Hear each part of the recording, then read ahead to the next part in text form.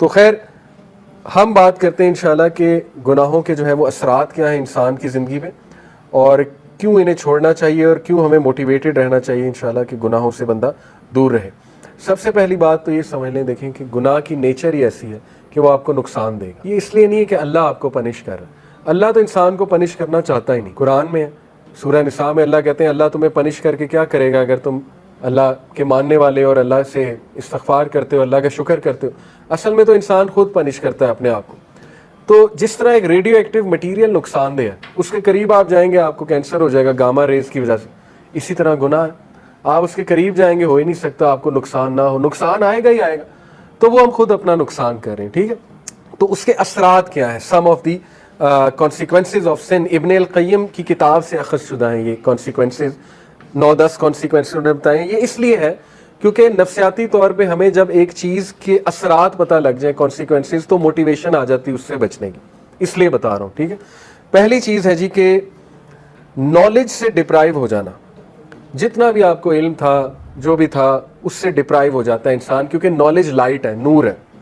گناہ جو ہے وہ نور کو لے لیتا ہے، اور یہ اکثر اسلاف جب ان کے پاس کوئی شکایت کرتا تھا آ کے کہ میری میموری ویک ہو گئی ہے، یا مجھے کچھ چیز یاد تھی، قرآن کا کچھ پورشن یاد تھا وہ بھول گیا ہے، تو وہ اکثر انہیں یہی ایڈوائس کرتے تھے کہ آپ استغفار کریں، کیونکہ گناہوں کی وجہ سے یہ چیزیں بھول جاتی ہیں، ٹھیک ہے۔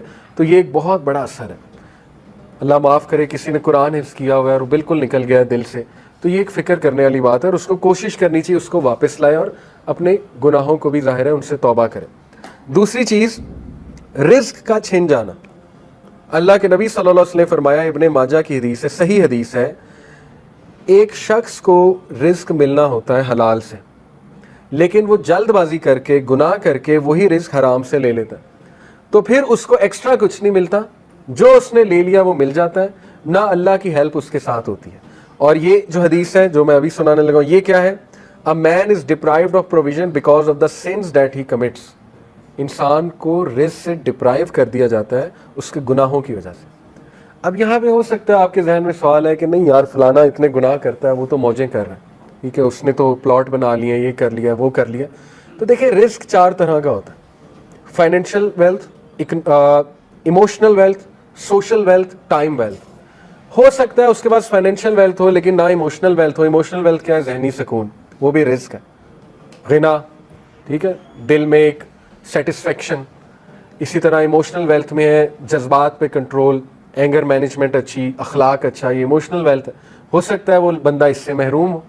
آپ نے کئی لوگ دیکھیں کچھ بھی نہیں کھانے کو لیکن ذہنی سکون ہے اللہ کی طرف سے، اولاد دی ہے اللہ نے، اولاد پل بھی رہی ہے ماشاءاللہ، اور نیک اولاد ہے، ٹھیک ہے، سب کچھ ہے، تو کیا یہ رزق نہیں ہے؟ بالکل ہے۔ سوشل ویلتھ اسی کو کہتے ہیں کہ آپ کی اولاد اچھی ہے، آپ کی بیوی اچھی ہے، آپ کا جو ہے وہ گھر والے اچھے ہیں، آپ کے ساتھ لوائل لوگ جمع ہو گئے، تو وہ بھی رزق ہے۔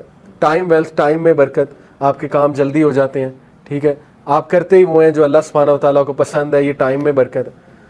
تو جب ہم گناہوں میں پڑتے ہیں تو یہ ہمارا رزق ڈپرائیو ہوتا ہے، ٹائم سے برکت اٹھ جاتی ہے، ٹینشنیں بڑھ جاتی ہیں، ٹھیک ہے، ٹائم مینجمنٹ ویک ہو جاتی ہے۔ نمبر 2، آپ دیکھیں نا گناہوں میں وقت کتنا ضائع ہوتا ہے۔ اللہ معاف کرے اگر ایک گناہ عادت بن چکی ہے، 4 گھنٹے 3 گھنٹے لوگ اس میں پڑے رہتے ہیں، ٹھیک ہے، اور وہ ضائع ہو رہا ہے وقت۔ سوچیں کتنا وقت ہم جوانی کا ضائع کر دیتے ہیں، ٹھیک ہے، ان چیزوں میں، اللہ معاف کرے۔ تو اس سے نکلنا ہے، اپنے آپ کو موٹیویٹ کرنا ہے۔ پھر آپ دیکھیں سوشل ویلتھ، ہمارے ساتھ لوگ ہی ایسے آ جائیں جو ہمیں کھانے کو تیار ہیں اور بس ان کی نظر ہماری دولت پہ ہو، تو پھر یہ کون سا رزق ہے؟ اس کا مطلب ڈپرائیو ہو رہا ہے اور گناہوں کی وجہ سے۔ پھر آپ دیکھیں ایموشنل ویلتھ، ذہنی سکون ہے ہی نہیں، ہر وقت ٹینشن ہے، ہر وقت سٹریس ہے، ہر وقت پریشانی ہے، ہر وقت منہ پہ شکایت ہے، اس کا مطلب گناہوں کے اثرات آ تو رہے ہیں۔ تو اس لیے گناہوں کے اثرات رزق کی تنگی سے آتے ہیں، ٹھیک ہے۔ رزق کبھی اللہ بڑھا کے دیتا ہے، کبھی گھٹا کے دیتا ہے، اوور آل رزق تو لکھا ہوا ہے، لیکن یہ اللہ کی ڈسٹریبیوشن ہے۔ اللہ اپنے بندوں کو چیک کرنے کے لیے کبھی زیادہ دے دیتا ہے اس کوانٹٹی میں سے، کبھی کم کر دیتا ہے، جب وہ دوبارہ استغفار کرتے ہیں پھر بڑھا دیتا ہے، ٹھیک ہے۔ یہ اللہ بادشاہ ہے، اللہ جیسے چاہے کر سکتا ہے۔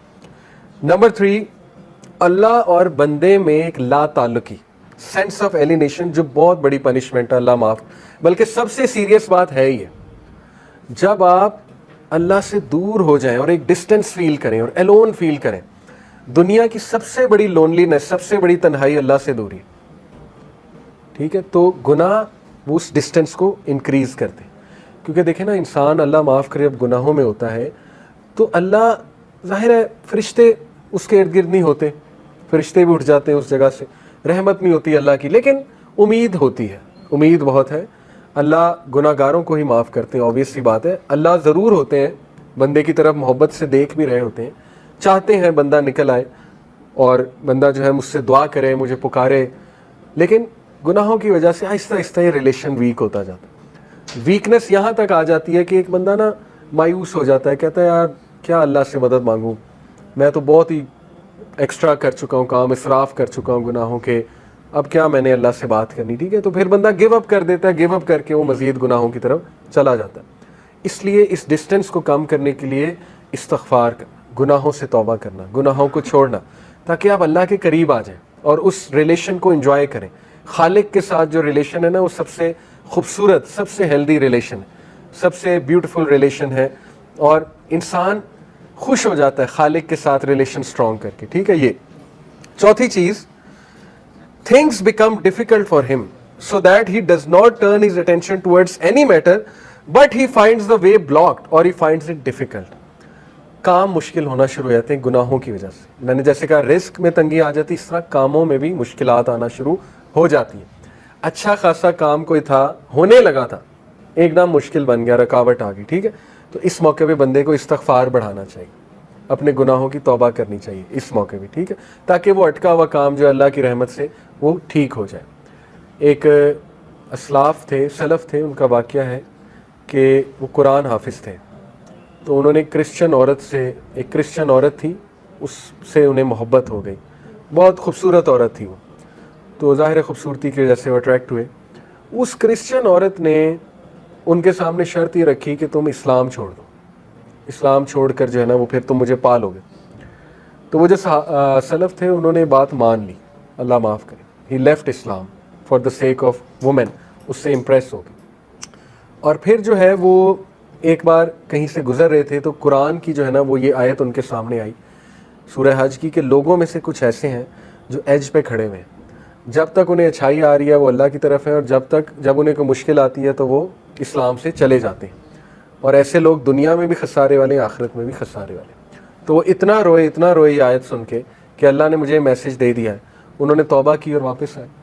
تو میں آپ کو بتانے کا مقصد یہ کہ کئی اسلاف آپ کو نظر آئیں گے جو بعد میں محدث بنے, بڑے بڑے ٹیچرز بنے, دیندار لوگ بنے, ان بہت ڈارکنس میں تھے, بہت زیادہ. جیسے عبداللہ بن مسلم کا واقعہ ہے, امام بخاری کے ٹیچر, شرابی تھے, شراب چھوٹتی ہی نہیں تھی. ٹھیک ہے, شراب کے نشے میں دھوتے. ایک دن امام الشابی آئے جو کہ اس دور کے بہت بڑے محدث تھے, گدھے پہ سوار تھے وہ, کیونکہ رسول اللہ کی سنت ہے, گدھے پہ رسول اللہ نے سفر کیا ہوا. انہوں نے بڑا مذاق اڑایا عبداللہ بن مسلم نے, شراب کے نشے میں دھت بے شرمی سے ان کے سامنے گئے, کہتے بھئی کون ہو تم, لوگ تمہارے ارد گرد جمع ہو رہے ہیں, کدھر سے آئے ہو؟ امام الشابی نے کہا جی میں محدث ہوں. انہوں نے کہا جی محدث کیا ہوتا ہے؟ امام الشابی نے کہا محدث ہوتا ہے جو حدیث سناتا ہے. تو انہوں نے بے شرمی سے کہا اچھا مجھے بھی سنا, دیکھتے ہیں مجھ پہ کتنی اثر کرتی ہے. شراب کے نشے میں دھت تھے, تو انہوں نے حدیث سنائی کہ نبی اکرم صلی اللہ علیہ وسلم نے کہا جب تو شرم نہ کر تو جو چاہے کر. آپ دیکھیں کہ کتنے ذہین تھے کہ وہی موقع تھا, وہ بے شرمی سے آیا تھا نا. اللہ کے نبی نے کہا ٹھیک ہے, یہ اس طرح ہے جیسے ایک باپ بیٹے کو نہیں کہتا جا پھر جو کرنا کر. تو دیکھیں وہ حدیث ایسا ان کے اوپر گری پہاڑ بن کے. انہوں نے کہا کہ میں اسی وقت بس توبہ کی, ارادہ کیا کہ اللہ میں اتنا بے شرم ہو گیا ہوں. اور ماشاءاللہ آپ دیکھیں وہ عبداللہ بن مسلم امام بخاری کے استاد, ٹھیک ہے, حدیث کے حوالے سے اپنے آپ کو کریکٹ کیا. فضیل بن ایاد, ابن ایاد, آپ ان کے کبھی کوٹ سرچ کریں, فضیل ابن ایاد, FUDAYL ابن IBN ایاد IYAD, گوگل پہ. اتنے خوبصورت کوٹس ہیں ان کے, یہ اسلاف میں سے ہیں, 11ویں صدی 12ویں صدی میں سے ہیں غالباً. ان کی سٹوری آپ کے سامنے ہے. ٹھیک ہے, ان کی سٹوری کیا ہے, یہ بہت بڑے ڈاکو تھے, اور اتنے خطرناک ڈاکو تھے کہ پتہ نہیں بندے بھی شاید مارے ہوں گے انہوں نے. ان سے سارے ڈرتے تھے حجاز کے علاقے میں, وہیں عرب علاقے میں. تو ایک دن انہوں نے کیا دیکھا جی کہ لوگ ان کے بارے میں نا باتیں کر رہے ہیں, یہ ہوٹل میں کھانا کھا رہے تھے کہ دیکھو آج رات سفر نہ کرو, فضیل اور اس کا قافلہ اٹیک کر دے گا تم پہ, سب کچھ لے جائے گا. تو ان کے دل میں ایک بات آئی کہ کیا میں اتنا برا ہوں کہ دیکھو لوگ مجھ سے اس طرح پریشان ہوتے ہیں. لیکن خیر اس ٹائم نہیں چھوڑا, اس چیز کو کنٹینیو کیا. ایک دن اپنی محبوبہ کو دیکھنے کے لیے جا رہے تھے, ان کو ایک لڑکی پسند تھی, تو